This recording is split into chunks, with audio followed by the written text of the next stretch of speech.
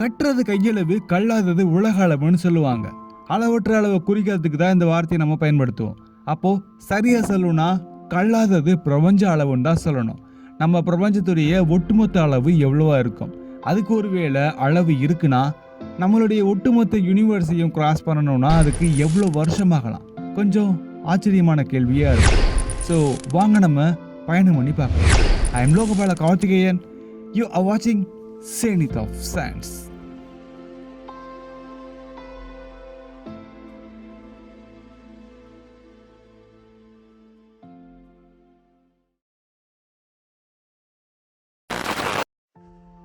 நம்ம இப்போதைக்கு டெக்னாலஜியை வச்சு அல்லது கோட்பாடு அளவில் நம்ம பார்க்கக்கூடிய இந்த யூனிவர்ஸ் எப்படி இருக்கோ அப்படிங்கிறத நம்ம பூமியை மையமாக வச்சு தான் பார்த்துட்டு இருக்கோம்.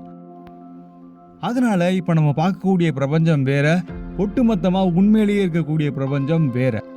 பிரபஞ்சத்துடைய அளவு பார்க்கறதுக்கு முன்னாடி அதோடைய வடிவத்தை பார்க்கலாம். பிரபஞ்சத்துடைய அளவு எப்படி இப்போ வரைக்குமே சரியா நம்ம சொல்ல முடியலையோ அதே மாதிரி தான் இதோட வடிவமும் குழப்பத்திலேயே இருக்கு. ரெண்டு வேறு வேறு கருத்தை இப்போ நம்ம பார்க்கலாம். இப்போ நம்ம அதை ட்ராவல் பண்ணியே பார்க்கலாம். முதலாவது, யூனிவர்ஸுடைய வடிவம் கோள வடிவத்தில் இருக்கலாம். அதாவது இது ஒரு ஸ்பியர் ஷேப்பில் இருக்கலாம். இது நம்மளுடைய ஒரு கோட்பாடு மட்டும்தான். இதை நம்ம பபிள் யூனிவர்ஸ் அப்படின்றத சொல்லுவோம்.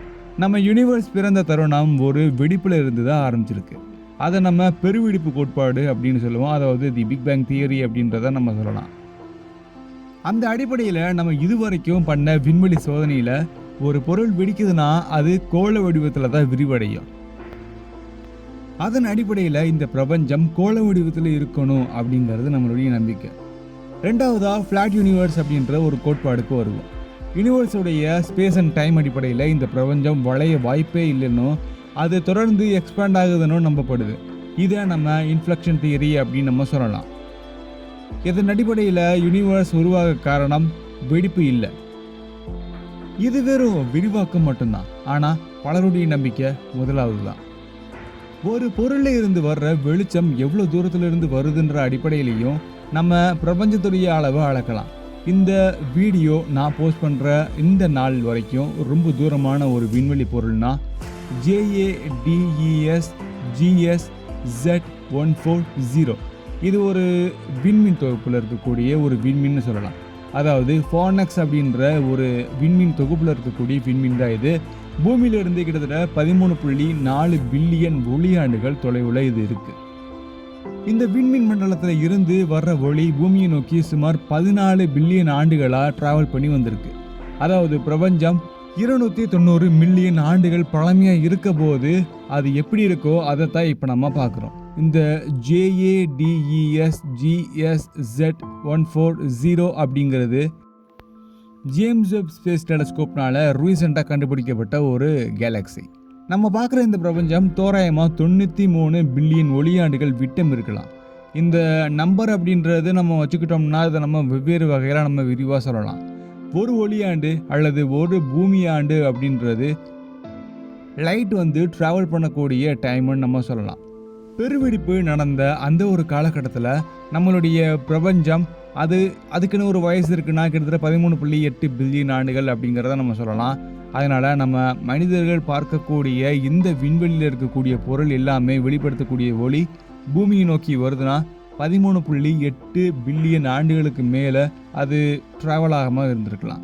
பூமியிலிருந்து எந்த திசையிலிருந்தும் நம்ம பார்த்தாலுமே நம்மளுடைய யூனிவர்ஸுடைய அளவு கிட்டத்தட்ட 13.8 பில்லியன் ஆண்டுகள், அதாவது ஒளியாண்டுகள்.